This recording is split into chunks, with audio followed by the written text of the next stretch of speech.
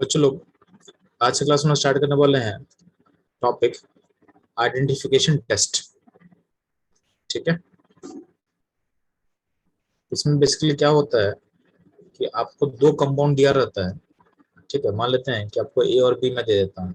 ठीक है, बोला जाता है कि ए और बी को डिफ्रेंशिएट कैसे करोगे, यानी कौन ए है कौन बी कैसे पहचानेंगे। तो होता है क्या है, जब भी हमको दो केमिकल दिया जाता है कि मान लेते हैं को हम दे दिए अल्कोहल दे दिए, एक मान लेते हैं बस इथेनॉल मिल गया आपको। ठीक है, और एक मिल गया अल्डिहाइड मिल गया आपको, मान लेते हैं तो एस्टल्डिहाइड मान लेते हैं मिल गया मेरे को। दोनों सैंपल क्या होगा, दोनों सैंपल आपको दिखेगा एक ही जैसा। ठीक है, मान लेते हैं कि एक लिक्विड, एक मतलब ट्रांसपेरेंट लिक्विड मिल गया दो। ठीक है, अब बोलेंगे इसमें ए और बी कैसे पहचानेंगे। तो हम देख के फॉर्मूला में लिखा रहता है, आपके सैंपल में फॉर्मूला तो लिखा नहीं रहता है, आपका सैंपल जस्ट ट्रांसपेरेंट लिक्विड की तरह होता है। ठीक है, तो पॉइंट ये है कि अगर आपका सैंपल आपको दिख नहीं रहा है, मतलब दिख रहा है बट आप उसको डिस्टिंग्विश, और आप उसका फॉर्मूला आपको दिख नहीं रहा है, तो उसको आप डिस्टिंग्विश कैसे करोगे, डिस्टिंग्विश कैसे करोगे। ठीक है,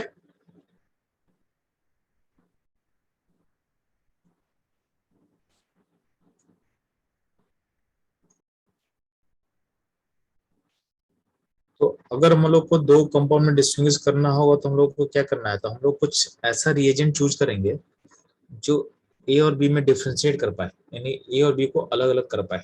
ठीक है, तो नॉर्मली क्या होता है कि जो भी हम डिस्टिंग्विश यानी जो भी हमको आइडेंटिफिकेशन करना होता है, तो उसमें ध्यान देना, आइडेंटिफाई करने के लिए आपका उस प्रॉपर्टी का हम यूज करेंगे जिसको हम ऑब्जर्व कर सकते हैं। तो पॉइंट है, हम लोग किस किस चीज को ऑब्जर्व कर सकते हैं, हम लोग ऑब्जर्व कर सकते हैं कलर को हम देख सकते हैं। ठीक है, कलर को हम देख सकते हैं। ठीक है, स्मेल हम कर सकते हैं, और कोई पीपीटी बनेगा तो पीपीटी को भी हम देख सकते हैं, पीपीटी। तो मेरा फोकस रहेगा कि इन इन पैरामीटर्स के बेसिस पे हम अपना काम करने वाले हैं, कलर पीपीटी स्मेल, यानी ऐसा प्रॉपर्टी जो हम लेंगे जिसके बेसिस पे हमको ऑब्जर्व करना आसान हो जाए। ठीक है, तो हम ऐसा ए और बी को अगर हमको डिफ्रेंशिएट करना है, यानी ए और बी को अलग अलग करना है, तो हम ऐसा रिएजेंट चूज करेंगे जो कि कुछ या तो कलर दे दे या तो कुछ कलर बना दे अपना। ठीक है, जिसका कलर ए के साथ कुछ और होगा बी के साथ कुछ और होगा, तो हम पहचान लें कि ए कौन है बी कौन है, या फिर कोई स्मेल आ जाए। ठीक है, तो स्मेल से पहचान लें कि कौन सा ए है। अगर मान लें कि कोई पर्टिकुलर स्मेल आने वाला है एक के साथ, जैसे हम बोलते हैं कि अल्कोहल लाते हैं अगर एसिड में तो एस्टर फॉर्म करता है, उसका स्मेल होता है फ्रूटी स्मेल होता है, क्या होता है उसका फ्रूटी स्मेल होता है। ठीक है, सिमिलरली H2S गैस का होता है रोटेन एग स्मेल होता है। तो अगर हमको, ठीक है, H2S का क्या होता है चलो, रोटेन एग स्मेल होगा। तो अगर मान लो ऐसा फॉर्म करता है तो इसके स्मेल से हम क्या करेंगे हम कंपाउंड को पहचान सकते हैं, हम कंपाउंड को पहचान सकते हैं। ठीक है, इसके स्मेल से हम क्या होगा, ठीक है, कंपाउंड को पहचान सकते हैं। या फिर क्या होगा, कुछ पीपीटी बन जाए तो पीपीटी को भी हम ऑब्जर्व हो सकते हैं। तो हम बेसिकली क्या होता है कि हम जो रिएजेंट चूज करेंगे इस ए और बी को डिस्टिंग्विश करने के लिए, ठीक है, उस रिएजेंट में कुछ या तो कलर बनेगा, या तो पीपीटी बनेगा, या तो स्मेल आएगा। ठीक है, कुछ कलर बनेगा, पीपीटी बनेगा, या तो स्मेल आएगा। ठीक, ये ध्यान देना। तो पॉइंट है, तो सबसे पहला पॉइंट ये है कि केमिस्ट्री में एसिडिक एज पहचानने के लिए हम लोग क्या रिएजेंट यूज कर सकते हैं। तो टेस्ट फॉर, तो पहला जो टेस्टिंग रिएक्शन होगा अपने लिए ये होगा acidic hydrogen, test for acidic hydrogen. ठीक है, तो एसिडिक हाइड्रोजन किसको बोलते हैं, तो ऑलरेडी आप लोग गिरनाट पढ़ चुके हो, तो गिरनाट वाले में भी मैं बताया था कि किस एच को आप एसिडिक एच बोलोगे। वहीं यहाँ पे भी मैं डिफाइन कर दे रहा हूँ कि अगर आपका हाइड्रोजन O से लिंक होगा, अगर आपका हाइड्रोजन X से लिंक होगा, X मतलब हेलोजन। ठीक है, अगर हाइड्रोजन आपका ट्रिपल बॉन्ड कार्बन से लिंक होगा, ट्रिपल बॉन्ड कार्बन जो है उससे लिंक अगर हाइड्रोजन होगा, ठीक है, और आपका हाइड्रोजन अगर N से लिंक होगा, इस टाइप के हाइड्रोजन को हम बोलते हैं एसिडिक हाइड्रोजन। क्या बोलते हैं, एसिडिक हाइड्रोजन। तो बोला गया है कि अगर अपने सिस्टम में अगर एसिडिक हाइड्रोजन अगर मौजूद होगा तो होता क्या है, उसके लिए दिया गया है sodium metal test, sodium metal test. तो करता क्या है सोडियम मेटल, करता क्या है कि आपका एसिडिक हाइड्रोजन को निकाल देगा, ठीक है। यानी आपका जहाँ एसिडिक हाइड्रोजन बन रहा है वहां से, यानी इस H को निकाल देगा हर जगह से और बना देगा सबका आनायन। क्या बना देगा? सबका आनायन। तो सबका जगह आनायन के पास सोडियम प्लस अपने इलेक्ट्रोस्टैटिक फोर्स है उससे अटैच हो चुका है, ठीक है। तो सोडियम प्लस उसके साथ क्या हो चुका है? अटैच हो चुका है, ठीक है। सोडियम प्लस अटैच हो चुका है, ठीक। अब N से H लिंक रहेगा, अब ध्यान देना। और यहाँ जो H निकाला है ना, जो H निकला है यहाँ से, वो कहाँ जाएगा? तो आप क्या, वो हाइड्रोजन गैस के फॉर्म में निकल जाता है। तो यहाँ पे H2 गैस के फॉर्म में क्या होगा? वो निकल जाएगा, ठीक है। अब जो हाइड्रोजन गैस निकलेगा, तो अगर आप उसमें अगर बर्न करोगे, तो अगर गैस कुछ निकले तो बर्न करोगे, तो बर्न विथ पॉप साउंड, तो बर्न विथ पॉप साउंड। तो अगर ऐसा कुछ हो रहा है कि किसी सैंपल में अगर आप सोडियम डाल रहे हो और आपका गैस कुछ निकल रहा है जो बर्न करा विथ पॉप साउंड, इसका मतलब सिस्टम में एसिडिक हाइड्रोजन प्रेजेंट होगा। एसिडिक हाइड्रोजन क्या होगा? प्रेजेंट होगा, ठीक है। ये ध्यान देना आप लोग, ठीक है। तो ये रहा आपका एसिडिक हाइड्रोजन का टेस्ट कैसे करना आपको, ठीक। नेक्स्ट मूव करते हुए चलो हम लोग,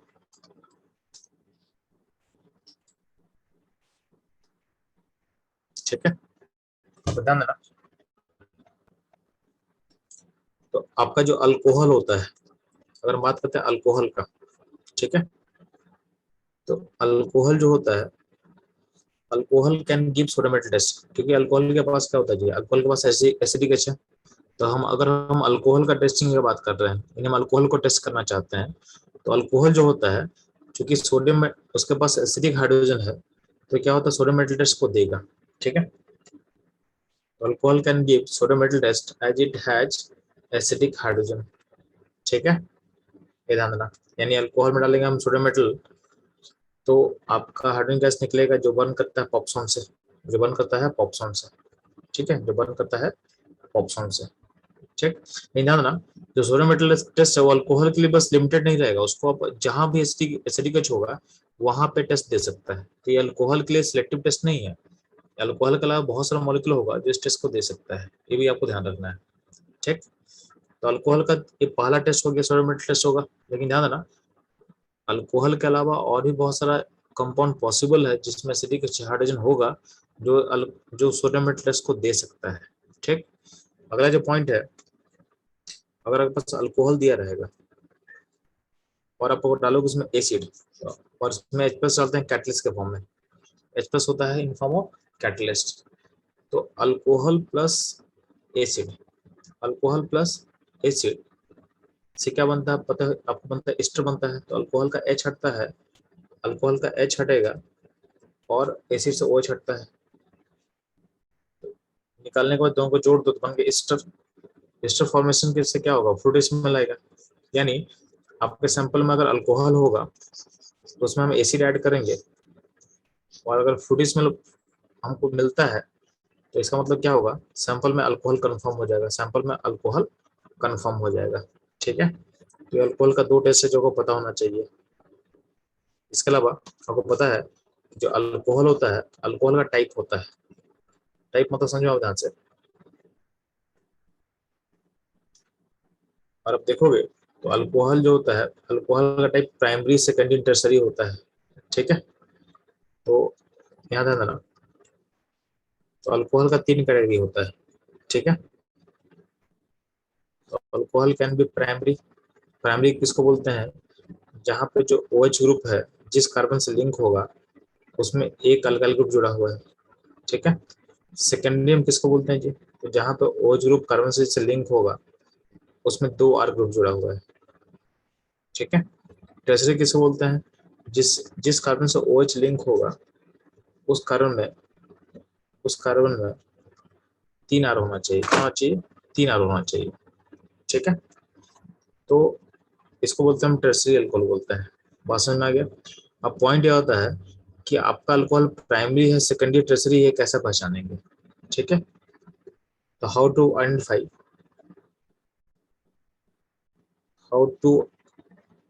आइडेंटिफाई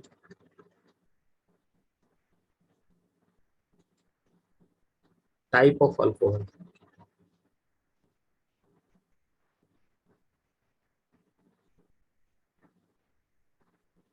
ठीक है, how to identify type of alcohol,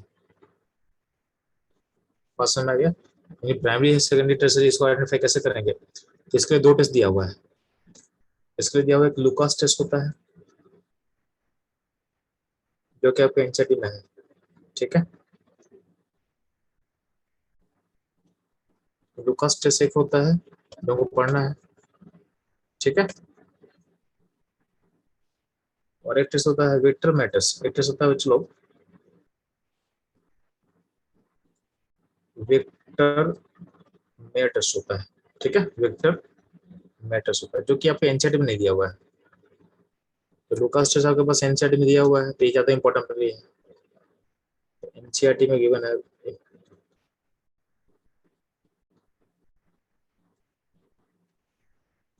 और नोट इन एनसीईआरटी।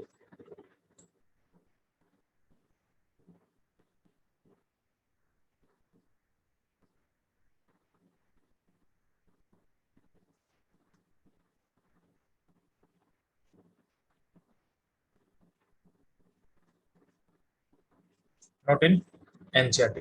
ठीक है, तो पढ़ेंगे, बट आपको पता होना चाहिए कि नीट एग्जाम में एनसीईआरटी से बाहर नहीं आएगा, तो नीट के लिए ज्यादा इंपॉर्टेंट नहीं है विक्टर मैटर्स, बट जेई में आ सकता है, जे एडवांस में आ सकता है, आपका बोर्ड्स में नहीं आएगा। बोर्ड्स में लुकास टेस्ट का क्वेश्चन आता है, इंपॉर्टेंट है बोर्ड्स के लिए। तो लुकास टेस्ट बोर्ड्स के लिए इंपॉर्टेंट है, नीट के लिए इंपॉर्टेंट है। और विक्टर मैटर्स जो है वो जेई और जे में एडवांस में भी आ सकता है, कंपलसरी में नहीं बोल रहा हूँ, में भी आ सकता है। ठीक है, तो दोनों को हम लोग पढ़ेंगे, तो ध्यान देना। पहले पढ़ते हैं लोग लुकास टेस्ट, पहले पढ़ोगे हम लोग लुकास टेस्ट। ठीक है, तो ध्यान देना, लुकास टेस्ट का अपना एक रिएजेंट होता है, जिसको हम बोलते हैं लुकास रिएजेंट। ठीक है, बेसिकली होता क्या है, तो HCl होता है, एन एनहाइड्रस जेडेनसीएल2 होता है, एनहाइड्रस जेडेनसीएल2 होता है। ठीक है, तो लुकास टेस्ट का अपना एक रिएजेंट होगा, HCl प्लस एनहाइड्रस जेडेनसीएल2 होता है। ठीक है, इसका बेसिक मैकेनिज्म क्या होता है, ध्यान देना। इसमें होता क्या है कि जब भी हम अल्कोहल लेंगे और एनहाइड्रस जेडेनसीएल2 रहेगा उसमें कैटलिस्ट के साथ, तो होता क्या है कि आपका जो सिस्टम में H+ है, H+ अटैक करेगा इस अल्कोहल के ओ पे, अल्कोहल के ओ पे अटैक करेगा। अल्कोहल ओ पे अटैक करे तो क्या होगा, यहाँ पे बन गया O+ बन गया। ठीक है, यानी कटायन फॉर्म कर चुका है, कटायन फॉर्म कर चुका है। ठीक, अब यहाँ से क्या है, यहाँ से क्या हो, यहाँ से अब ओ अपना चार्ज हटाने के लिए यहाँ पे वाटर निकल जाएगा बाहर, तो बन जाएगा R+ बन जाएगा। तो ये कटायन फॉर्म करता है, तो इसका RDS स्टेप होता है। क्या होता है, ये इसका रेट डिटरमाइनिंग स्टेप होता है। ठीक, अब ये बन गया क्या, ये बन गया आपका कटायन बन गया। केमिस्ट्री में जब भी कटायन बनता है तो अगला स्टेप क्या होता है, अगला स्टेप होता है रीअरेंजमेंट। यहाँ पर रीअरेंजमेंट का प्रोसेस होगा। ठीक है, और हम जो रीअरेंजमेंट के बाद जो कटायन बनेगा उसको मैं यहाँ दिखा दे रहा है। ये कटायन क्या है, ये रीअरेंजमेंट के बाद बना हुआ है, यानी आपके पास फाइनली क्या बन गया, कटायन बन गया। ठीक, अब ध्यान देना, जो बिगनिंग में हम अल्कोहल लिए थे तो साथ में सॉल्वेंट क्या था, सॉल्वेंट था वाटर। तो आपका अल्कोहल के साथ क्या था, वाटर सॉल्वेंट था। तो होता क्या है कि अल्कोहल और वाटर आपस में क्या बनाएगा, H बॉन्डिंग बनाता है। क्या बनाता है, हाइड्रोजन बॉन्डिंग बनाता है। तो अल्कोहल्स और वाटर आपस में क्या होता है, सोल्यूबल होता है। ठीक है, तो alcohols are soluble in H2O due to H bonding, due to H bonding. ठीक है, alcohols are soluble in water due to H bonding. ठीक, तो आपको पता है कि अल्कोहल पानी में क्या है, मिसिबल होता है, सोल्यूबल होता है। ठीक है, अब बताओ ना, जैसे यहाँ पे हम कटायन बन, यहाँ लास्ट कटायन में पहुंच चुके हैं यहाँ पे, तो यहाँ पे अगर हम क्लोरीन, यानी जो इसका अनायन है, यानी HCl का जो अनायन है क्लोरीन है, उसका मैं बात कर रहा हूँ, तो क्लोरीन क्या होगा, इसका कटायन से अटैच होगा तो क्या बनेगा, ये बनेगा आपका हाइलाइट बनेगा, यानी RCl बनेगा। ठीक है, आपको पता होना चाहिए कि जो RCl है वो वाटर में सोल्यूबल नहीं होता है, वाटर में सोल्यूबल नहीं होगा, यानी आपका जो RX जो भी कंपाउंड होता है वो पानी में सोल्यूबल नहीं होता है। तो होता क्या है कि जैसे ही RCl फॉर्म करेगा, जैसे ही RCl फॉर्म करेगा, तो क्या होता है, आपके सिस्टम में व्हाइट टर्बिडिटी फॉर्म कर जाएगा, सिस्टम में व्हाइट टर्बिडिटी फॉर्म कर जाएगा। सिस्टम में क्या होगा,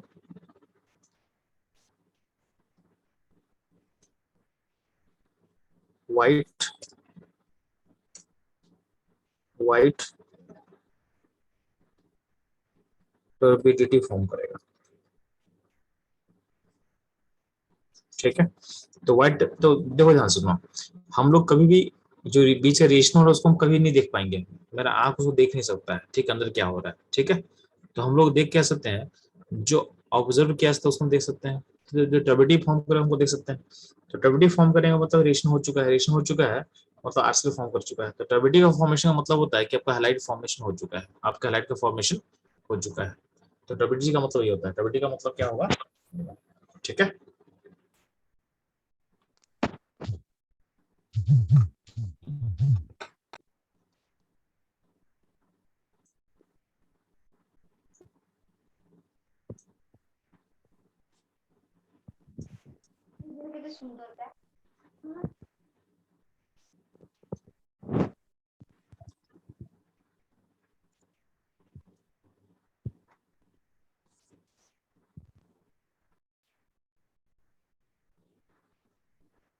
ध्यान देना बच्चों लोग, तो हाइलाइट फॉर्मेशन का मतलब है रेशन हो चुका है। अब गौर करते हैं तो ध्यान देना, अल्कोहल का टाइप क्या होता है बच्चों लोग, अल्कोहल का टाइप होता है प्राइमरी सेकेंडरी टर्सरी। तो अब ध्यान देना, इस पूरे प्रोसेस में, जैसे हम हाइलाइट फॉर्मेशन की बात कर रहे थे, इस पूरे प्रोसेस में आपका जो कटायन है वो कटायन फॉर्म करेगा तभी तो रेशन होगा। यानी आपका जो आरडी स्टेप या आपका आरडी स्टेप है, यानी कटायन फॉर्मेशन आपके लिए इंपॉर्टेंट है। कटायन अगर फॉर्म ही नहीं करेगा तो रेशन ऑकर करेगा क्या, नहीं करेगा। तो ध्यान देना, जितना जल्दी ये कटायन बनेगा उतना रेशन फास्ट होगा, क्योंकि कटायन बनते ही क्या होगा, उसमें सील अटैक करेगा, सील अटैक करेगा और क्या होगा, आपका टर्बिडी बन जाएगा, आपका टर्बिडी फॉर्म कर जाएगा, ठीक है। तो कटायन का फॉर्मेशन जितना फास्ट होगा उतना ही क्या होगा, उतना उतना ही आपका जो टर्बिडिटी फॉर्मेशन है वो भी क्या होगा, फास्ट होगा, ठीक है। तो अल्टीमेटली पूरा का पूरा जो इस प्रोसेस का जो रेट है ना, जो रेट ऑफ रिएक्शन है लुकास टेस्ट का, जो रेट है, रेट प्रोपोर्शन टू होगा stability of carbocation, stability of R plus. यानी आपका अल्काइल जो ग्रुप है जितना स्टेबल होगा उतना रेट क्या होगा, उतना रेट क्या होगा, फास्ट होगा, उतना रेट क्या होगा, फास्ट होगा, ठीक है। अब ध्यान देना,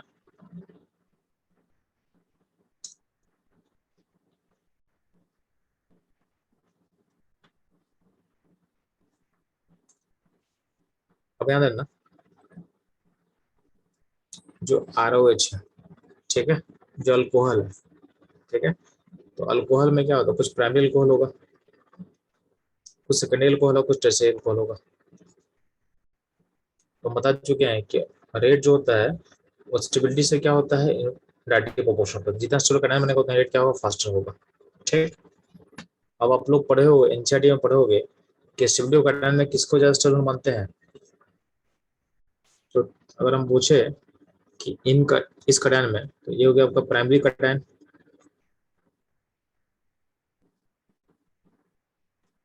ये हो जाएगा आपका सेकेंडरी कटायन,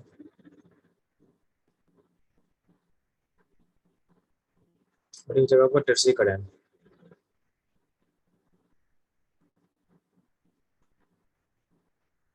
तो जनरली क्या होता है, जो एनसीईआरटी का लेवल है उसके अकॉर्डिंग बता रहा हूँ, ठीक है।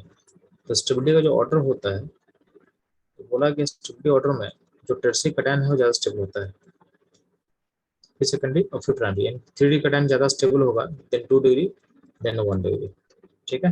ये ध्यान देना आपको है, लेकिन ध्यान देना, ये जो कटायन का स्टेबिलिटी ऑर्डर है ये मिसलीडिंग है। एनसीईआरटी में चूंकि बहुत स्कोप लिमिटेड करके दिया हुआ है, इससे आपको सही लग रहा है बट ये सही नहीं होता है, ठीक है। अगर मान ली कोई एरोमेटिक कंपाउंड आ गया, जैसे मान ली एग्जाम्पल देख ले, जैसे मान ली कि अगर हम ऐसा करने की बात कर रहे हैं, ये एनसीईआरटी में लिखा हुआ है बट इस पर आपको बिलीव नहीं करना है, आपको, एनसीईआरटी का स्टेटमेंट है, मेरा स्टेटमेंट नहीं है, ठीक है। एनसीईआरटी कोड नहीं बोल रहा है, लेकिन मैं ऐसा नहीं मानता हूँ। जैसे मान ले कि आपके पास मैं कटान दे रहा हूँ CH2+, ये कटान प्राइमरी है, ये कटान प्राइमरी है, और देखोगे कि इसमें रेजोनेंस हो रहा है, तो इसका स्टेबिलिटी जो है वो सेकेंडरी कटान से ज़्यादा हो जाता है। इवन टर्शियरी कटान में अगर 9 अल्फाज नहीं है, अगर 9 अल्फाज का केस नहीं है टर्शियरी कटान में, तो उससे भी आगे निकल जाएगा, तो प्राइमरी कटायन प्राइमरी होते हुए भी इसका फॉर्मेशन क्या होगा, फास्ट होगा। क्या होगा, फास्ट होगा। प्राइमरी है लेकिन तभी क्या होगा, फॉर्मेशन क्या होगा, फास्ट होगा। सिमिलरली बात करते हैं ना, जैसे मान लिया ऐसा कुछ है, तो यहाँ पे एक सेकेंड,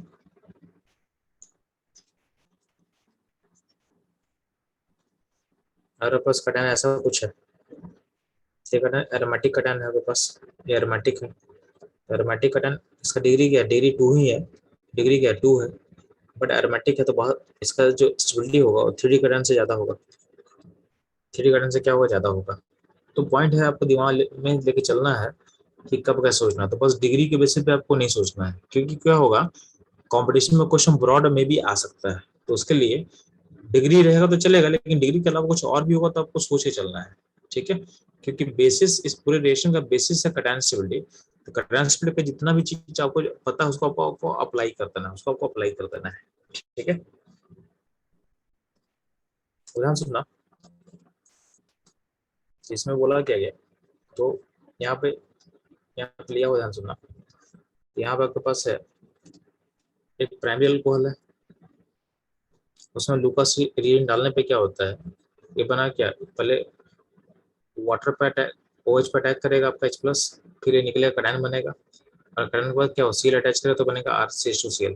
और ये जो हाइलाइट फॉर्मेशन होगा इसका वाइट एबिलिटी होगा। तो बोला गया है क्योंकि प्राइमरी कटायन क्या होता है उतना स्टेबल नहीं होता है ना, तो बोला इसको बनने में काफी टाइम लगता है।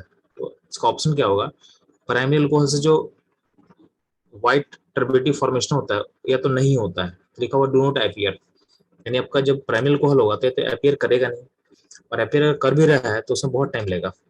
तो इट टेक्स 24 आवर्स। ठीक है, इट टेक्स 24 आवर्स, यानी काफी टाइम लेगा। ठीक है, हाँ, अगर आप हीट कर दोगे, अगर आप बाहर से एनर्जी सप्लाई करोगे, हीटिंग करोगे तो रेट बढ़ सकता है, यानी रेट फास्ट हो सकता है। तो हीटिंग करने से रेट फास्ट हो सकता है, क्योंकि जो बॉन्ड टूटना है वो बॉन्ड टूटने का स्टेप क्या होगा, जल्दी हो जाएगा। ठीक है, तो प्राइमरी अल्कोहल से जो बाइट टर्बिडिटी है, यानी जो यहाँ पर अल्टीमेटली लास्ट स्टेप है, वहां तक पहुंचना मुश्किल है। इसे बोलते हैं कि प्राइमरी अल्कोहल से व्हाइट टर्बिडिटी जो फॉर्म कर रहा है वो फॉर्म नहीं करता है, या फॉर्म करने में बहुत टाइम लेगा। ठीक है, ये ध्यान देना। और अगर हीटिंग करेंगे तो रेट क्या होगा, फास्ट होगा। ठीक है, अगर बात करते हैं सेकेंडरी अल्कोहल का, बात करते हैं सेकेंडरी अल्कोहल का, तो उसमें क्या बोला गया है कि अगर आप इसमें ग्लूकोसिलीन डालोगे तो कटायन पहले बनेगा। अब बोला है कि कटायन बनना जो थोड़ा आसान हो जाएगा, तो कटायन बनने में हमको 5 से 10 मिनट लगता है, 5 से 10 मिनट लग जाएगा। ठीक है, और फिर तुरंत सील अटैक करेगा, सील अटैक करेगा तो क्या होगा, व्हाइट टर्बिडिटी का फॉर्मेशन होगा, व्हाइट टर्बिडिटी का फॉर्मेशन होगा, यानी आपके टर्बिडिटी फॉर्म करने में 5 से 10 मिनट लगेगा। ठीक है, तो सेकेंडरी अल्कोहल कैसे पहचानेंगे, तो सेकेंडरी अल्कोहल जो होता है लूकास टेस्ट में, यानी आपको जो जो व्हाइट टर्बिडिटी फॉर्म करता है उसमें फॉर्मेशन में 5 से 10 मिनट लगाएगा, 5 से 10 मिनट लगाएगा। ठीक है, सिमिलरली ध्यान देना,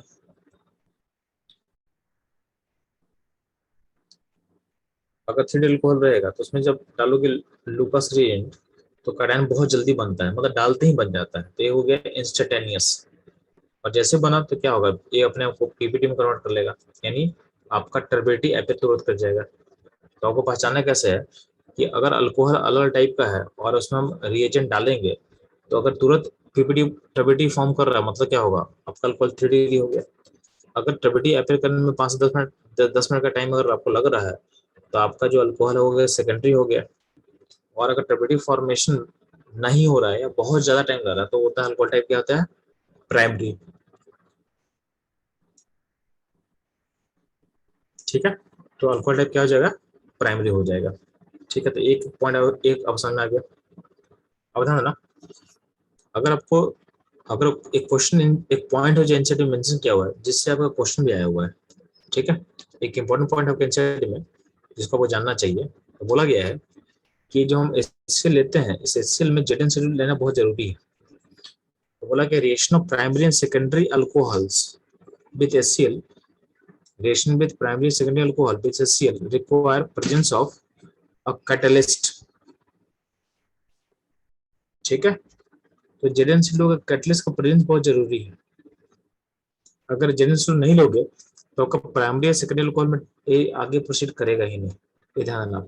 ठीक, लेकिन बोला गया है कि ऐसा कोई कंपल्सन आपका टर्शियल अल्कोहल में नहीं होता है, ठीक है। ऐसा कोई कंपल्सन आपका टर्शियल अल्कोहल में नहीं होता है। With tertiary alcohol the reaction conducted by simple shaking with concentrated HCl at room temperature. यानी हम जो टर्शियल अल्कोहल का बात कर रहे थे, इसमें पीपीटी बनने के लिए हमको जेडेंसी नहीं भी दोगे तभी चलेगा। बस क्या करना है आपको, इस अल्कोहल को कॉन्सेंट्रेटेड HCl के साथ ट्रीट करना है, तो अपने आप कटायन बनाएगा और पीपीटी यानी आपका टर्बिडी का फॉर्मेशन हो जाएगा, ठीक है। ये ध्यान देना है। ध्यान दोगे आपका जो ऑर्डर ऑफ स्टेबिलिटी है, आपको पढ़ा चुके हम लोग कि कटायन का स्टेबिलिटी ऑर्डर कैसे चलता है जी। तो कटायन का स्टेबिलिटी ऑर्डर में एरोमेटिक कटायन सबसे आगे होता है। तो order of stability of कार्बोटाइन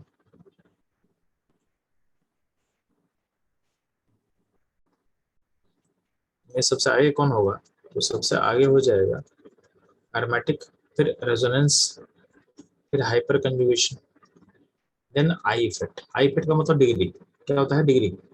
I effect में क्या होगा, 3 डिग्री 2 डिग्री 1 डिग्री चलता है। तो आपको दिख रहा होगा कि डिग्री का जो इम्पैक्ट है वो सबसे लास्ट में आता है। डिग्री हम लोग हाइपर कंजुगेशन के बाद देखते हैं, ठीक है। तो एनसीईआरटी जिस पॉइंट को बोलता है वो हमारे लिए लास्ट में आए, उससे आगे क्या, उससे आगे एरोमेटिक है, रेजोनेंस है, हाइपर कंजुगेशन है, ठीक है। तो एनसीईआरटी बस आई इफेक्ट के बेसिस पे कंसिडर कर रहा है, बट उससे भी बड़ा इफेक्ट हमारे पास ऑलरेडी अवेलेबल है, ठीक। और जब कड़न का हम बात करते हैं तो कुछ कड़न कभी नहीं बनता है, ठीक है। तो कुछ कड़न को फॉर्म नहीं करवाओगे, जैसे हो गया ब्रिजिड कड़न, ये हाईली अनस्टेबल है, हाईली अनस्टेबल है, फॉर्म नहीं करेगा। ये कड़न हो गया एंटी एरोमेटिक।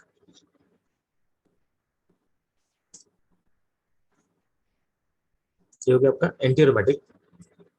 ये भी क्या होता है, हाईली अनस्टेबल होता है, इसको बनाना नहीं है आपको। ट्रिपल बॉन्ड पे पॉजिटिव नहीं बनाओगे, डबल बॉन्ड पे पॉजिटिव नहीं बनाओगे, बेंजीन रिंग के ऊपर पॉजिटिव, तो डबल बॉन्ड के पॉजिटिव के इक्विवेलेंट है, इसको भी आपको नहीं बनाना, इसको भी आपको नहीं बनाना, ठीक है। ये ध्यान देना।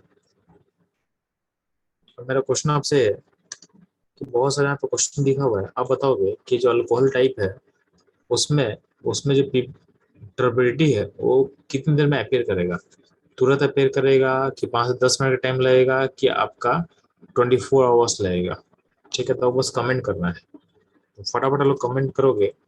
1 से लेके 1 2 3 4 5, इसमें इन सारे अल्कोहल्स में वाइट ट्रिब्यूटिव फॉर्मेशन में टाइम कितना लगेगा, ठीक है। कि उसके बेसिस पे हम लोग क्या कर सकते हैं, अल्कोहल का डिग्री पहचान सकते हैं, अल्कोहल का डिग्री पहचान सकते हैं, ठीक है।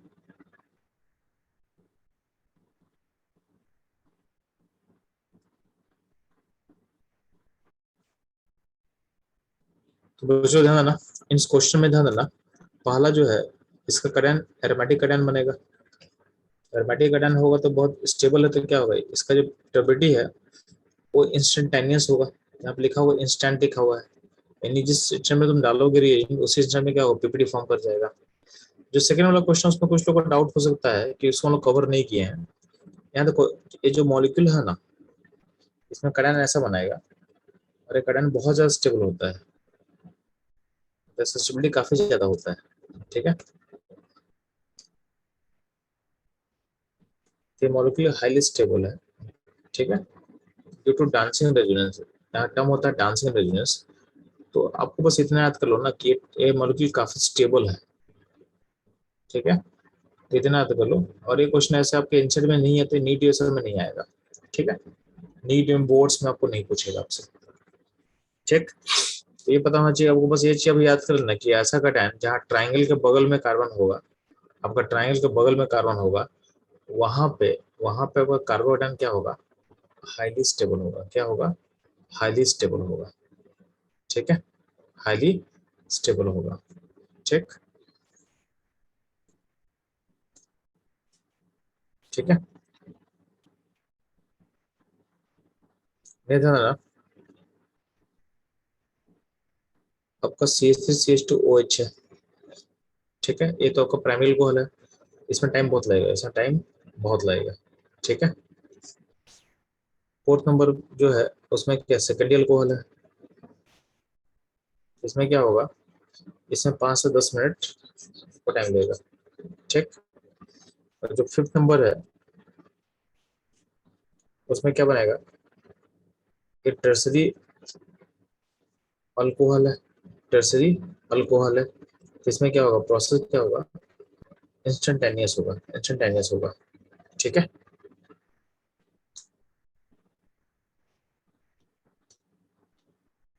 ठीक है। इसका ध्यान देना, क्वेश्चन नंबर 6 जो है, 6 में फिर से करंट स्टेबल है। देखो यहाँ पे अल्कोहल प्राइमरी है, अल्कोहल प्राइमरी है, बट क्या है, करंट स्टेबल है, करंट स्टेबल है। तो ये जो एनसीईआरटी का क्लासिफिकेशन है उसके अकॉर्डिंग हम काम नहीं कर रहे हैं, हम काम कर रहे हैं करंट स्टेबिलिटी के अकॉर्डिंग हम काम कर रहे हैं। तो यहाँ पे ये क्या होगा, यहाँ पे भी क्या होगा, पीपीटी क्या होगा, यानी यहाँ पे जो ट्रिबिलिटी है वो इंस्टेंटेनियस फॉर्म करेगा। ठीक है, ये ध्यान देना। सिमिलरली आपके पास जो होगा, ये जो अल्कोहल दिया है उसमें अल्कोहल भी क्या प्राइमरी है, बट यहाँ पे क्या करंट स्टेबल है क्योंकि रेजोनेंस हो रहा है। तो यहाँ भी क्या होगा, आपका ट्रिबिलिटी क्या होगा, इंस्टेंटेनियस होगा। क्वेश्चन नंबर 8 में है ना, 8 में होगा करंट अनस्टेबल है, करंट क्या है, अनस्टेबल है। ठीक है, तो करंट यहाँ पे अनस्टेबल है तो ये फॉर्म ही नहीं करेगा। ठीक है, ये फॉर्म नहीं करेगा, ये फॉर्म नहीं करेगा, तो फॉर्म नहीं करेगा तो पीपीटी बनेगा नहीं, इंटरप्रेटिव फॉर्म नहीं करेगा, तो नो रिएक्शन, ये वो नो रिएक्शन। आपका क्वेश्चन नंबर 9 है, 9 number bridge bridge bridge position है। तो आपको पता है कि ब्रिज पोजिशन में भी क्या है, आपका करंट क्या होगा, अनस्टेबल होगा, ऐसा करंट फॉर्म नहीं करेगा।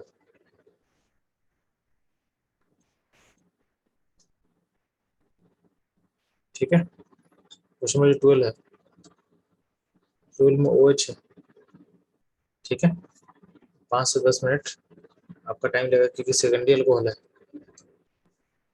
ये हो गया 11 में टर्सरी अल्कोहल है, तो यहाँ पे भी आपका जो टर्बिडिटी फॉर्म करेगा वो बहुत जल्दी बनेगा। ठीक है, क्वेश्चन नंबर 12 में है ना, यहाँ पे जो पॉजिटिव बनेगा वो एरोमेटिक होगा, क्या होगा, तो पीपीट, सॉरी एरोमेटिक नहीं होगा, यहाँ पे तो मिस्टेक हो रहा हमसे, इसको तो आप दोबारा देखना। क्वेश्चन नंबर जो यहाँ पे ओ हटाएंगे तो कटान क्या बनेगा, कटान बनेगा ऐसा, यहाँ पॉजिटिव बनेगा। ये होता है एंटी एरोमेटिक, क्या होता है एंटी एरोमेटिक, और anti aromatic compounds are highly unstable. ठीक है, तो ये कंपाउंड हाईली अनस्टेबल तो फॉर्म नहीं करेगा, फॉर्म नहीं करेगा तो रिएक्शन ऑकर करेगा नहीं, तो रिएक्शन जब ऑकर करेगा नहीं तो पीपीटी फॉर्म नहीं करेगा, पीपीटी फॉर्म नहीं करेगा। ठीक है, क्वेश्चन नंबर जो 13 है, 30 में ध्यान देना, 30 में ध्यान देना, तो क्या आप लोग, तो यहाँ पे आपको दिख रहा है मॉलिक्यूल, इस मॉलिक्यूल में अगर आप डालोगे तो यहाँ जो करंट बन रहा है, करंट एरोमेटिक रहेगा, तो एरोमेटिक रहेगा तो क्या होगा, हाईली स्टेबल रहेगा, हाईली स्टेबल होगा। तो ऐसा करना कुछ फॉर्म करेगा, तो एरोमेटिक है, एरोमेटिक मतलब स्टेबल है, एरोमेटिक मतलब स्टेबल है। ठीक है, अगला पॉइंट है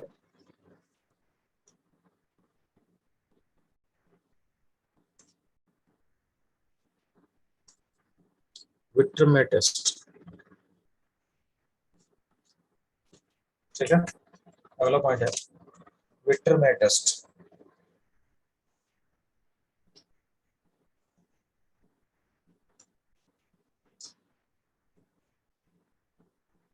ठीक है, तो विट्रमे टेस्ट में तो हम लोग का लुकोस टेस्ट कवर हुआ, इसके साथ चलो नेक्स्ट है अल्कोहल का टाइप पहचानने के अकॉर्डिंग में हम लोग बात किए थे विट्रमे टेस्ट।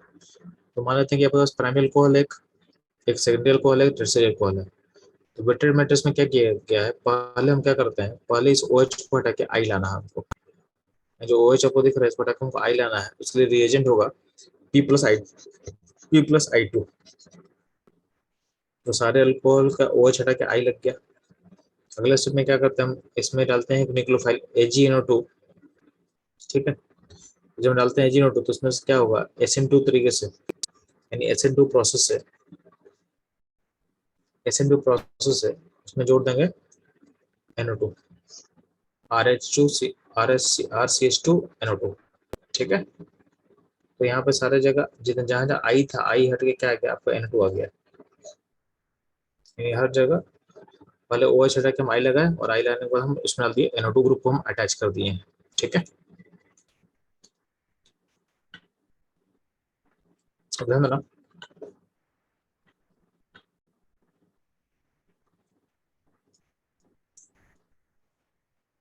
तो अभी तक आपके सारे अल्कोहल में ओ एच हट के आई आया और आई को हटा तुम लोग NO2 ग्रुप को ऐड कर दिए हैं। अब इसमें डालते हैं हम लोग NO2 plus HCl। NaNO2 plus HCl सारे में डाला जाता है। ठीक है, और वो पता होना चाहिए कि NaNO2 प्लस HCl मिलकर क्या बनाता है, मिलकर बनाता है आपका नाइट्रस एसिड। क्या बनाता है आपका नाइट्रस एसिड, HNO2। ठीक है, तो NaNO2 प्लस HCl ठीक बनाएगा नाइट्रस एसिड, HNO2। बात समझ में आ गया। तो होता क्या है कि HNO2 को मैं लिख रहा हूँ इस HONO में लिख रहा हूँ। अगले सुबह को करना क्या है, तो बहुत सिंपल काम करना आपको। ठीक है, आपको करना है कि वाटर निकालना है। तो जहाँ पे NO2 अटैच है उसका उसका अल्फा पोजीशन चेक करो, यहाँ अल्फा पोजीशन चेक करो। क्योंकि यहाँ पे क्या है, 2H है, तो यहाँ पे देखेंगे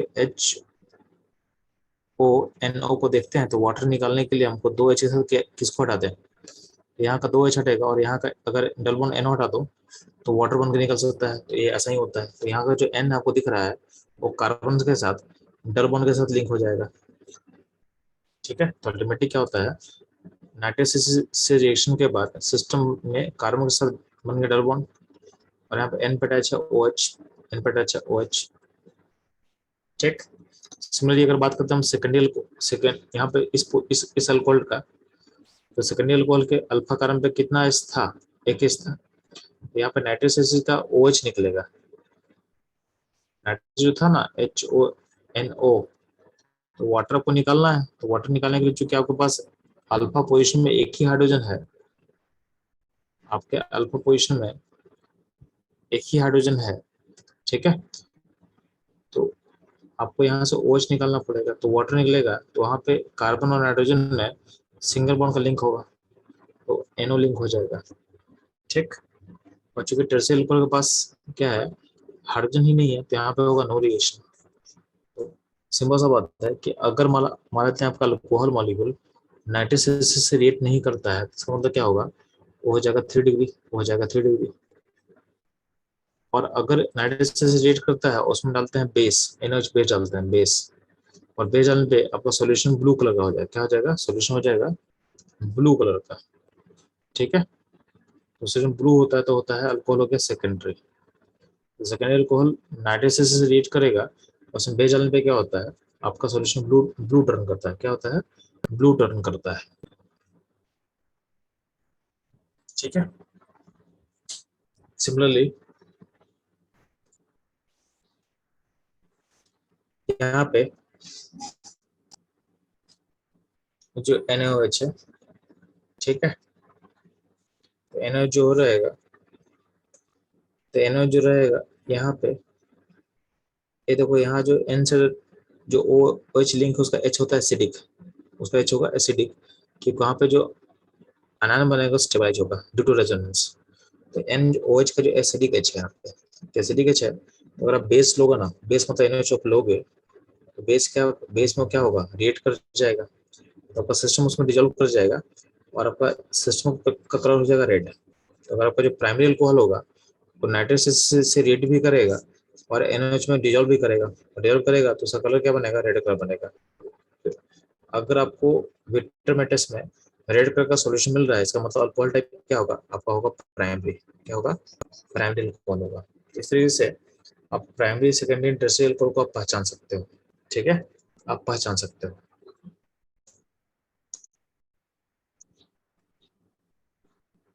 ठीक है, ये रहा आपका टेस्ट ऑफ अल्कोहल। अगला मूव कर रहे हैं test for phenol. Test for phenol,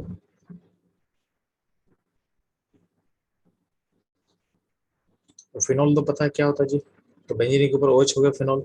तो फिनॉल बोले या हम बोले इनॉल। इनॉल का मतलब होता है जहाँ पे डबल बॉन्ड पे OH लिंक हो, जहाँ पे डबल बॉन्ड पे OH लिंक हो, इसको बोला गया इनॉल।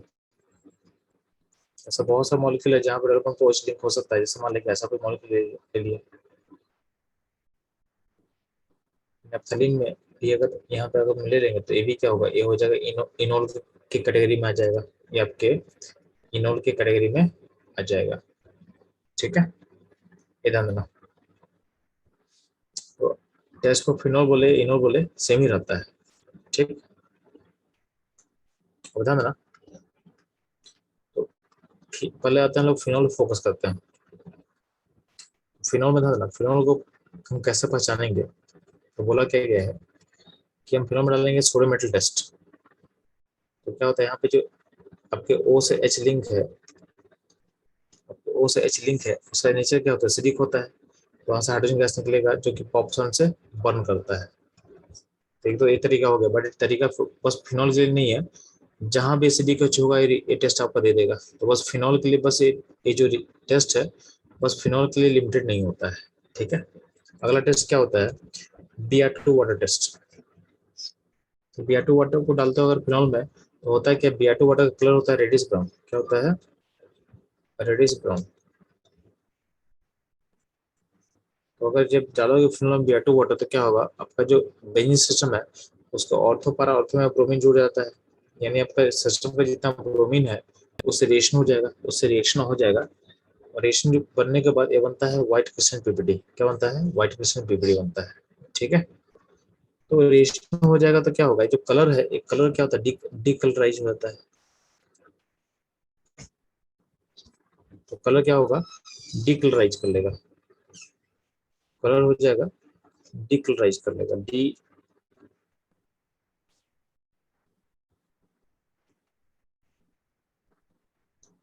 तो अगर ब्रोमीन वाटर कलर डिक्लाइज हो रहा है इसका मतलब आपका मॉलिक्यूल जो है फिनॉल हो सकता है, फिनॉल हो सकता है।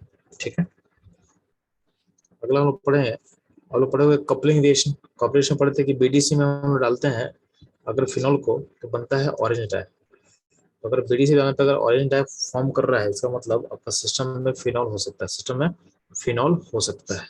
ठीक है,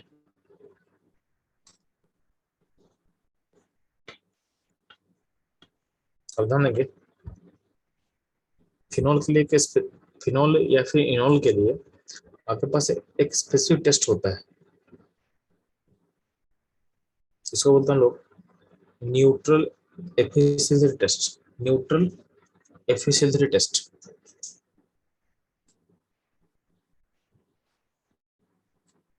तो होता क्या है कि अगर फिनॉल तुम लेगा, फिनॉल में अगर मीडियम बेसिक होगा, बेसिक मीडियम में क्या होता है कि आपका सिलिकेट निकाल लेगा, यानी जो OH है OH माइनस आपका फिनॉल का H को निकाल लेगा।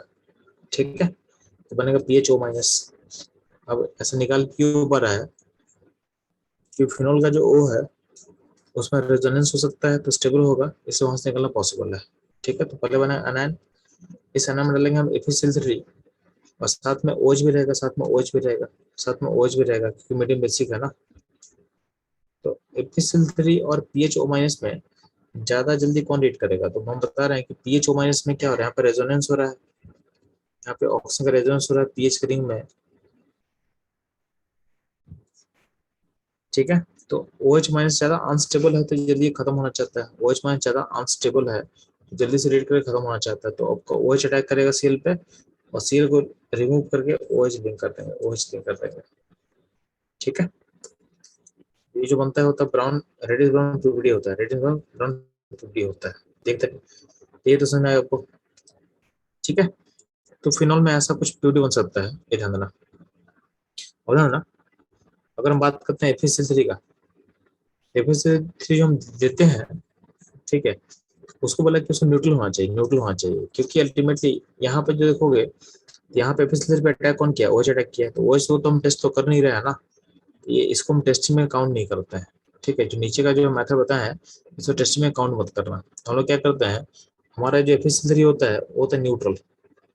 न्यूट्रल लेंगे तो OH का जो OH के कारण जो पीपीटी हो रहा है वो नहीं फॉर्म करेगा, वो नहीं फॉर्म करेगा। न्यूट्रल एफिशिएंसी में होता क्या है, आपका जो PHO माइनस है वो काम करता है एज ए लिगेंड की तरह, एज ए लिगेंड की तरह। और आपका एफिशिएंसी पे जब इसको तुम अटैक करवाओगे यहाँ पे एक कॉम्प्लेक्स बनेगा, यहाँ पे कॉम्प्लेक्स बनेगा।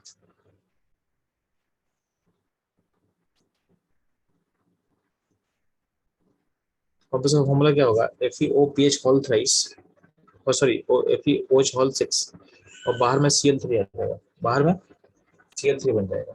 ठीक है, अब आप लोग पढ़ चुके हो कोऑर्डिनेशन का अमाउंट, तो हाँ पता है कि जब भी अगर कॉम्प्लेक्स कोऑर्डिनेशन का अमाउंट होता है, उसका अपने कलर होता है, उसका अपना कलर होता है ड्यू टू डी ट्रांजिशन। इसलिए ये जो कॉम्प्लेक्स बना है एक कलर शो करेगा जो होता है ड्यू टू डी ट्रांजिशन। तो बस आपको इतना बोलना है कि जब भी फिनॉल में डालेंगे न्यूट्रल FeCl3, तो एक कॉम्प्लेक्स बनेगा जिसका कलर होता है वॉलेट, यानी एक वायलेट कलर का कॉम्प्लेक्स फॉर्म करता है। ठीक, तो इसका मतलब आपका फिनॉल कंफर्म हो गया, आपका फिनॉल कंफर्म हो गया। यानी कि सैंपल में FeCl3 ऐड करेंगे और जो सैंपल है वो वायलेट टर्न कर जाए, इसका मतलब सैंपल में फिनॉल ग्रुप प्रेजेंट होगा। ठीक है,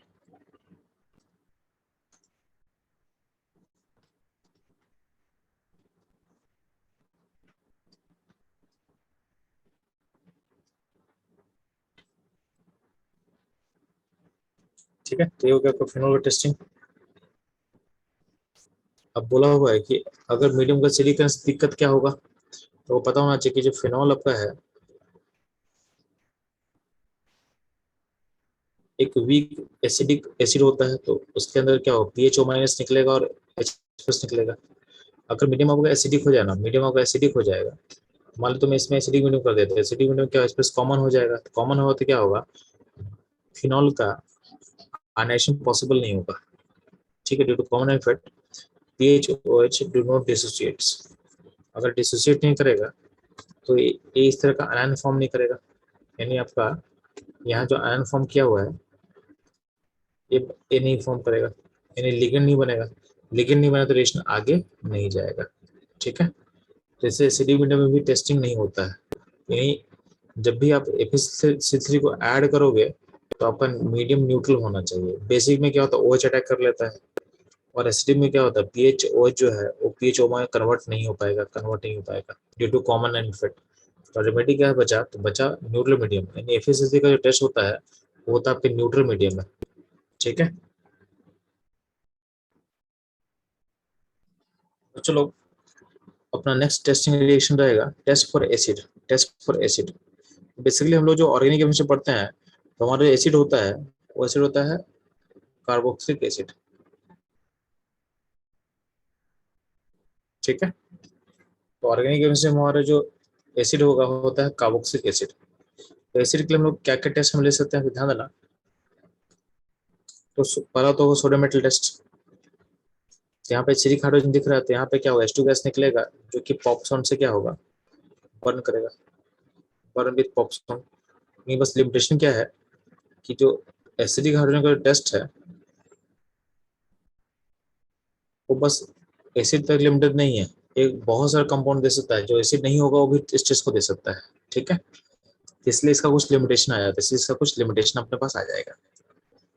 अगला पॉइंट है कि आपके पास एसिड में डालोगे आप अल्कोहल, तो आपको पता है कि अल्कोहल और एसिड में क्या बनता है, एस्टर फॉर्म करता है, तो अल्कोहल का H हटेगा और एसिड का OH हटेगा, तो यहाँ पे एस्टर का फॉर्मेशन होगा।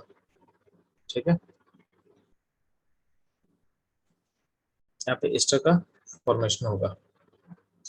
ठीक,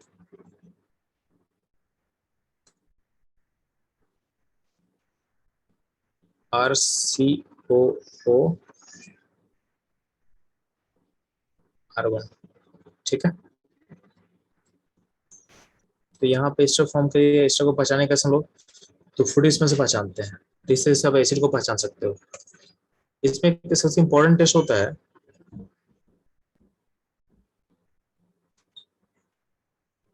ठीक है।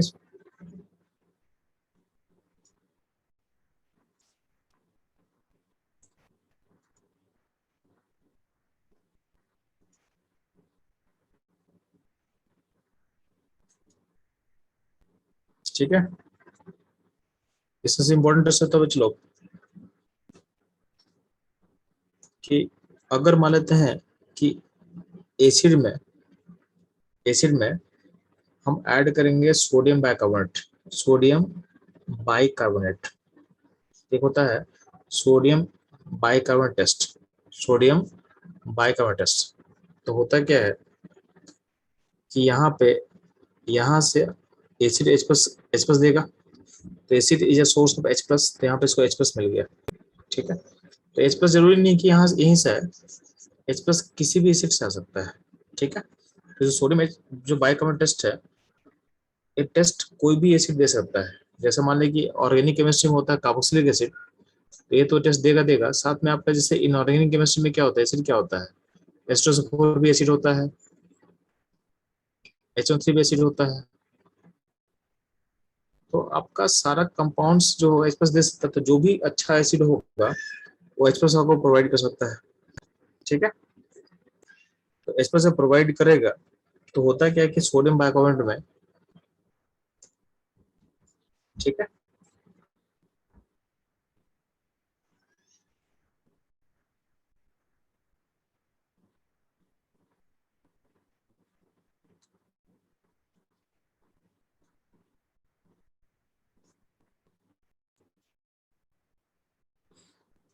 तो H प्लस किसी भी एसिड से आ सकता है। चलो अब ध्यान देना, अभी आपका जो सोडियम बाइकार्बोनेट सॉल्ट होता है, उसका कार्बन जो है, कार्बन को मैं स्टार कर दिया हूँ यहाँ पे, जो कार्बन सिस्टम में स्टार कर दिया हूँ, यानी ये कार्बन बाइकार्बोनेट आयन से आ रहा है, ताकि कार्बन जाएगा कहाँ आपको पता होना चाहिए।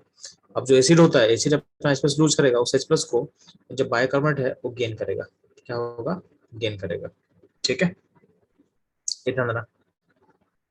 तो जब गेन करेगा, तो ये जो बाइकार्बोनेट है H प्लस गेन करने के बाद क्या बनेगा, आपका बनेगा कार्बोनिक एसिड। क्या बनेगा, कार्बोनिक एसिड। ठीक है, अब जो आपका कार्बोनिक एसिड होता है, ये कहता है हाईली अनस्टेबल होता है। क्या होता है, हाईली अनस्टेबल। आपका कार्बोनिक एसिड जो होता है वो होता है हाईली अनस्टेबल। ये कार्बोनिक एसिड ब्रेक कर जाएगा और टूट जाएगा वाटर में CO2 में, वाटर में CO2 में। ठीक है, यानी आपको जब भी आप सोडियम बाइकार्बोनेट में कहीं से भी आप एसिड ऐड करोगे तो CO2 गैस मिलता है। ठीक है, और जो आपका बाइकार्बोनेट का जो कार्बन है वो CO2 गैस के अंदर रहता है। ठीक है, और ध्यान देना, एसिड फॉर्मेशन के लिए आपका जो एसिड होगा उसका एसिडिटी जो होगा वो कार्बोनिक एसिड से ज्यादा होना चाहिए। तो यहाँ पे तो आप चेंज करोगे, यहाँ पे HN3 लिखा हुआ है, इसको हटा देना। एसिड का जो एसिडिटी होगा वो होगा ग्रेटर देन H2CO3 होना चाहिए, H2CO3 होना चाहिए यहाँ पे। तो H प्लस, यहाँ पे जो भी एसिड जो हम लेने वाले हैं, जिससे H प्लस आने वाला है, उसका एसिडिटी इस कार्बोनिक एसिड से ज्यादा होना चाहिए। ठीक है, तभी ये आगे प्रोसीड कर पाएगा, नहीं तो प्रोसीड नहीं कर पाएगा। अब कार्बन एसिड फॉर्म करने के बाद क्या होगा, ब्रेक कर जाएगा H2 and CO2 में। अब ये ब्रेक कर गया। ठीक है, तो ब्रेक करने के बाद क्या होगा, अब इस CO2 को हम पास करते हैं लाइम वाटर से। लाइम वाटर से पास करने से क्या होगा, आपको फॉर्म करेगा कैल्शियम कार्बोनेट। ठीक है, तो लाइम वाटर का जो कलर है वो मिल्की टर्न करना चालू करेगा।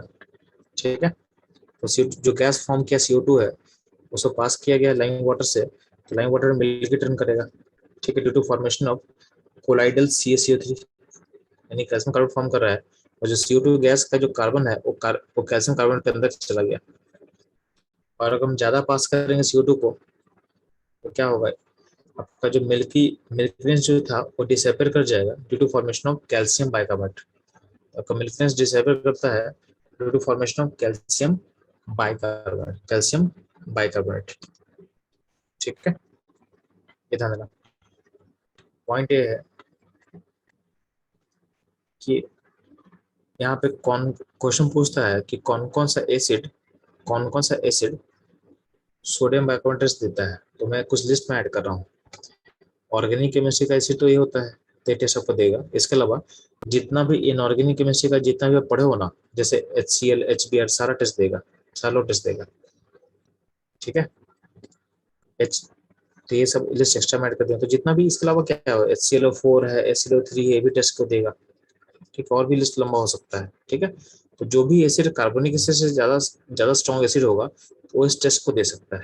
ठीक है, इसके अलावा कहीं कहीं लोग कंफ्यूज करते हैं, तो ये मैं एक्स्ट्रा में ऐड कर रहा हूँ। ये देखो, एक है पिक्रिक एसिड, यानी फिनॉल में 3 पोजीशन नाइट्रो ग्रुप लगा हुआ है, तो पिक्रिक एसिड भी इस टेस्ट को देता है। पिक्रिक एसिड भी इस टेस्ट को देगा। इसके अलावा अगर मान लेते हैं कि आपका ऐसा सिस्टम बना हुआ है कि फिनॉल के ऊपर अगर 2 जगह नाइट्रो लगा हो ऑर्थन पारा में, तो भी टेस्ट को देगा। वो भी टेस्ट को देगा, यानी ए भी इस टेस्ट को देता है। ठीक है, तो क्वेश्चन पूछता है कि एसिड कौन सा एसिड इस टेस्ट को देगा, तो तुम बता सकते हो कि आपका ऑर्गेनिक में मिल आएगा, ए हो जाएगा, आपका पिक्रिक एसिड हो जाएगा, और ये वाला भी हो जाएगा। तो ये मेनली चीज आपको याद रखना है। ठीक है, जितना भी इनऑर्गेनिक एसिड है उस टेस्ट को दे देगा, यानी आपके सोडियम बाइकार्बोनेट टेस्ट को दे देगा। टेस्ट क्या होता है कि जब डालेंगे हम इसमें सोडियम बाइकार्बोनेट जब ऐड करते हैं एसिड में, तो उससे जो गैस निकलता है उस गैस को पास करेंगे लाइम वाटर से, तो लाइम वाटर मिलके टर्न करेगा। इसका मतलब गैस कंफर्म हो गया CO2, और कंपाउंड हो गया एसिडिक हाइड्रोजन वाला, यानी ये सब कंपाउंड कंफर्म हो जाता है आपके पास। ठीक है, ये ध्यान देना। अब ध्यान देना, इसमें एक इंपॉर्टेंट चीज है जो हम लोग, जिसको मैं ऐड कर रहा हूँ, जो आपके नोट्स में नहीं है। ठीक है, तो ध्यान देना, कभी कभी आपसे पूछेगा, जैसे मान ले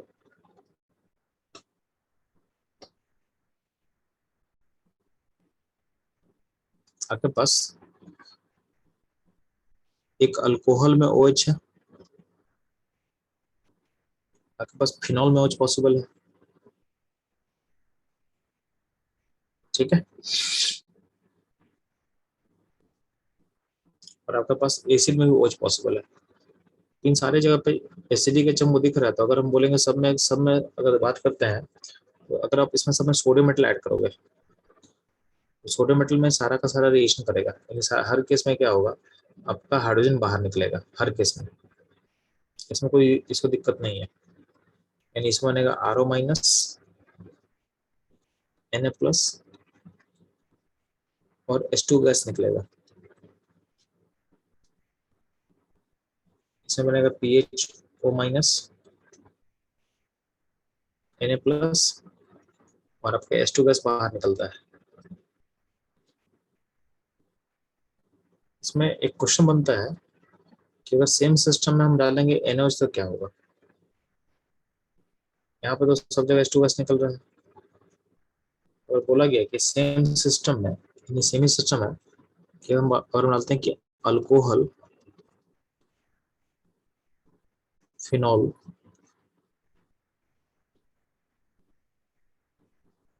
और एसिड सेम सिस्टम में डालते हैं OH-, क्या डालते हैं OH-, तो क्या होगा। OH मतलब NaOH, मान लेते हैं NaOH डाला गया है, NaOH डाला गया मतलब क्या, OH- डाला गया है। तो ये ऐसा हर जगह हम OH- डालेंगे तो क्या होगा, तो OH का सोर्स क्या है, NaOH हो सकता है। तो ध्यान देना, आप अगर OH इसका आप इसका H को निकालने की कोशिश करते हो, इस H को आप निकालते हो तो क्या बनेगा, ध्यान देना।